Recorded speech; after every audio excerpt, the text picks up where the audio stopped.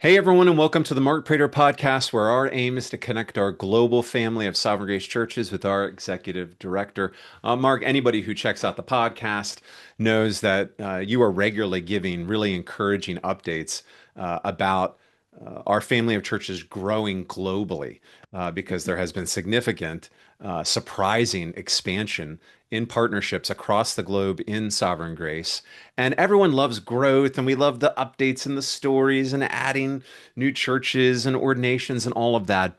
That's exciting stuff. But behind the scenes, it's necessary for there to be thoughtfulness and careful planning when it comes to acclimating and accommodating all of this activity. I know you guys and leadership team, Dave Taylor is works tirelessly towards all of this.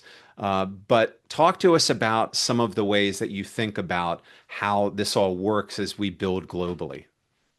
Yeah, I agree. First of all, we continue to be amazed, don't we, at how Yes. God is expanding us throughout the world in nations we never thought we would be doing Yeah. ministry in. It really is. It still boggles my mind, Mm. and I say that because God alone deserves all the glory. Yes, he does. He's the one who's doing this, and we're just trying to run behind and figure it out. And Mhm. I think it does need thoughtfulness. It needs in terms of expansion. It needs plan for this reason. We can add some churches and we're all happy, but then you start doing life together and there's no clarity and definition to it. Right. And Yes. then things can get a little messy if you don't Yeah. have that, obviously. So we, we've in the way that we've thought about how to build. I think there's three ways primarily that we think about. There's the foundations or found you're laying foundations. There's a foundational aspect, to say it another way, and that really is theological in nature, Mm. and it's our statement of faith that we have that not only brings a wonderful worship in our hearts towards God when we read it. It's actually very helpful in expanding globally for any denomination, in this case, Sovereign Grace, Yeah. because we must have theological compatibility. Our unity is found in the Word of God alone. I'll Mm. speak in a minute about building relationships. We want to build relationally, but our unity won't be found in that. Our Mm. unity will be found in theological foundation. So we've got that. The second one is that as we expand, it needs definition, and we really have that in our book of church order. Polity brings definition, and it's not just it defines the partnership; it really defines how the partnership functions, and that brings a lot of clarity to folks. Not just definition, but clarity as well. And then we want to continue to build relationally. So we lay foundations theologically. We define things through our BCO, or at least our partnership through our BCO, and then we look to build relationally because we are truly a global family of churches. And, Hmm. and all of those things provide clarity and they provide definition, which just makes the process a lot easier. And then if you do hit issues along the way, we've defined how do we speak into those issues or those problems so that as we expand, we continue to do two things. We're not distracted by issues, we're focused on advancing the gospel, Right. and knowing how to work through issues we might face, we can give God glory. So it's really about the advancement of the gospel and the glory of God ultimately Mhm. in defining what our expansion looks like. Excellent. It's been said that gospel doctrine without gospel culture, or we would define that with the virtues really of what it looks like for a healthy culture in a local church. But gospel doctrine, gospel culture is hypocritical and harsh. Gospel culture without gospel doctrine is ephemeral and has nothing to stand on. But gospel doctrine and gospel culture married together, there's Yeah. power there. And that's exactly what we are interested in as we grow together in Sovereign Grace. And speaking of global expansion and what God's doing in Sovereign Grace, you have some updates for us from across the globe. I do. Exciting updates, timely updates. I share them for two reasons. One, to encourage all those who are reading or listening to this podcast, but mostly I'm sharing them again to give God all the glory. So I'm just going to walk through just different parts of the world. I'm going to start in the Asia Pacific part of the world. You can pray for. I think you might get this after, but continue to pray for what is the first Sovereign Grace Church's Philippines informal regional assembly of elders meeting. Nice. That is Go. occurring in Cebu City in July, July 9 through 12. And this is all for the ordained elders in the Philippines that are gathering to get updates. They're going to build relationally to just discuss and address different ministry issues in the churches in the Philippines, and then continue to work through their thoughts and recommendations in writing and forming what will become the Sovereign Grace Church's Philippines Book of Church Order. And when they have that together and that gets ratified and approved, then we will have another nation. We have, of course, the United States, we have Mexico, and now next few years, Sovereign Grace Churches of Philippines. So it's just an exciting time in the Philippines with all that's going on. Continue to pray for Jeffrey Joe in particular, who's there in Manila, but and leads a wonderful gospel-centered, joyful church, but also is leading that nation. So that's the Asia Pacific. In Latin America, we're going to go over to Latin America next. Jacobus Aldana, who is the lead pastor of a candidate church in Santa Marta, Colombia, will be ordained on Sunday, July 12th. Oh, come on. And he Wonderful. will become our first ordained Sovereign Grace elder in that nation. Wow. And then his church will become an emerging nation partner church. So we'll have our first ordained elder and a first full partner church in Colombia.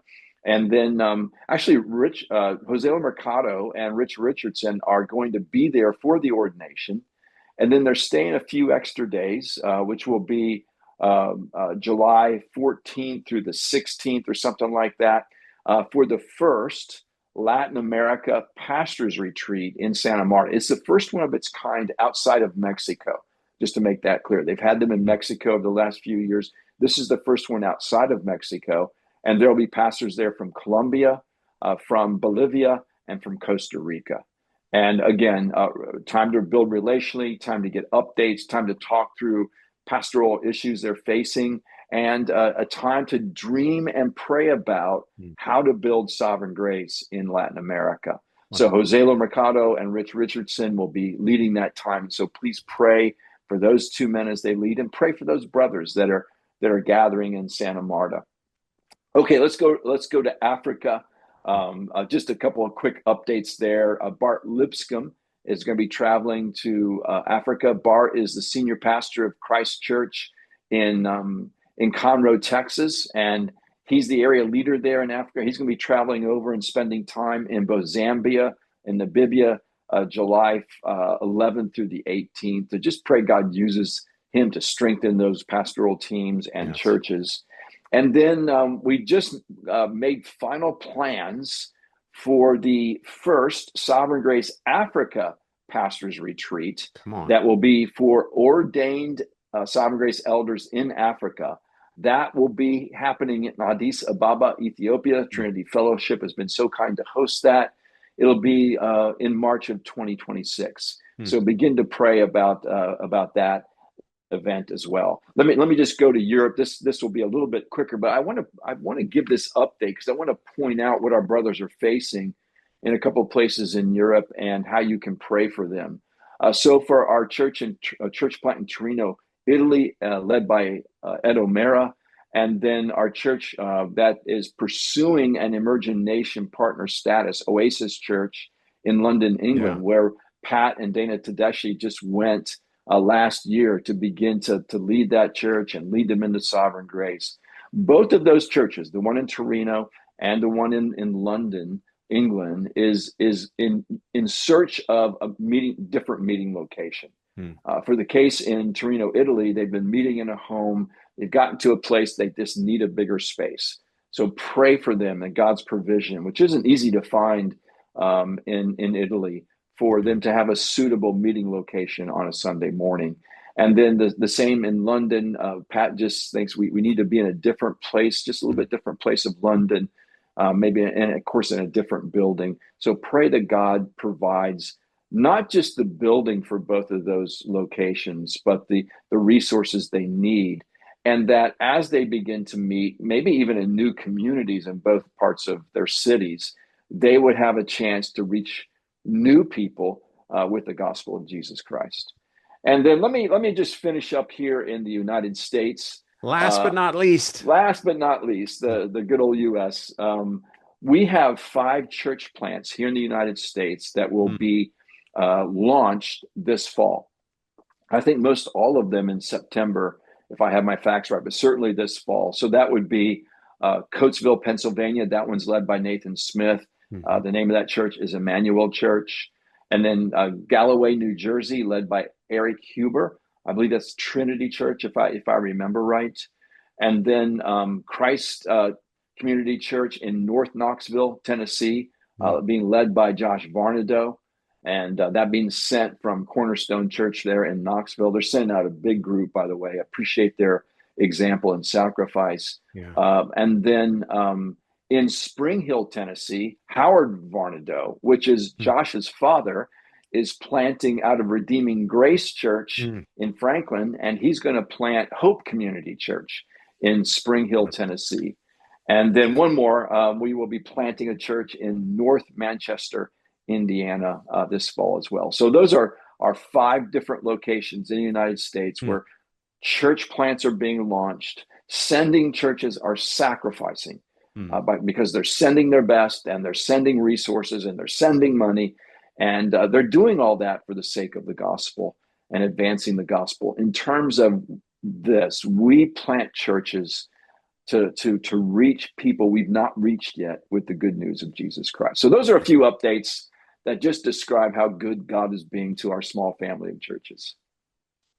Wonderful. Well, thank you for the updates, and thank you all for checking out the podcast. And we'll see you here next week, Lord willing. Bye for now. Thank you for watching. If you have questions or comments, Mark would love to hear from you. For more videos like this, hit subscribe on YouTube or by email at markkprater.com.